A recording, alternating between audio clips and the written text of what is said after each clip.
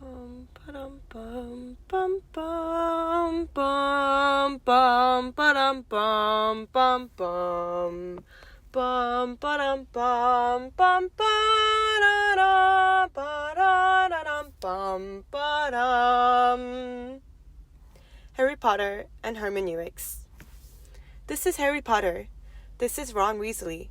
This is Hermione Granger. These young individuals are students at Hogwarts School of Witchcraft and Wizardry.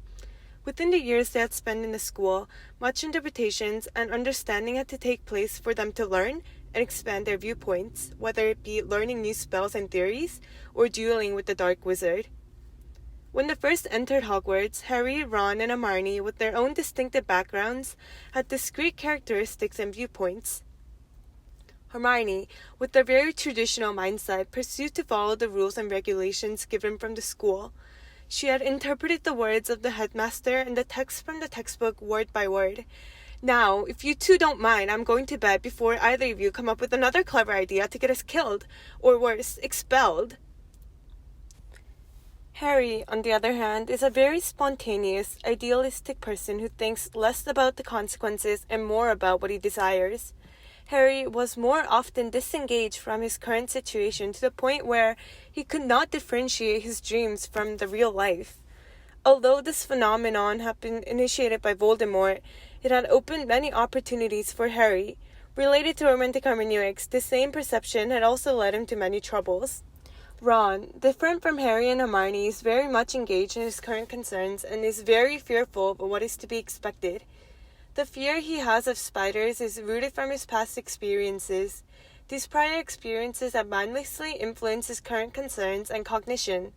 Ron's behaviors mirror theories of philosophical hermeneutics. These three young individuals, while spending many years with each other, had learned to resemble one another. Through dialogue and disagreements, they had become more understanding and accepting of one another. Hermione, a once traditional individual, had learned to be more flexible. I mean, it's sort of exciting, isn't it? Breaking the rules.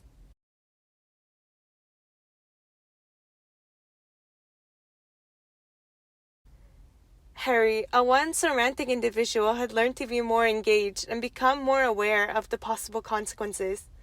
Facing this stuff in real life is not like school. In school, if you make a mistake, you can just try again tomorrow.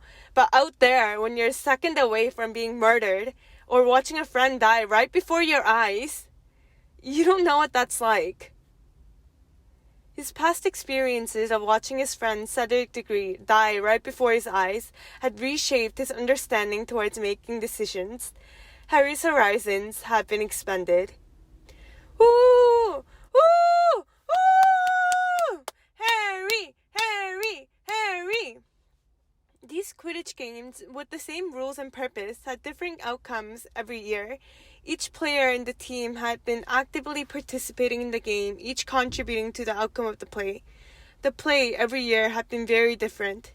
Depending on the external circumstances, such as the weather, the players' conditions, and decisions, the game had differed from one another. Harry, a so-called chosen one, also carries his limitations. When he had finally accepted his limitations and chose to be killed by Voldemort, Avada Kedavra! Harry, instead of being killed, has rose back to life. Because he had accepted the limitations he carried, he was able to defeat Voldemort. Harry, Hermione, and Ron had lived happily ever after? No, just because this one problem had been resolved, that doesn't mean they won't have more struggles. Harry, Hermione, and Ron will continue to fight, continue to learn, and continue to strive to overcome problems that are yet to come. Therefore, Harry, Hermione, and Ron lived.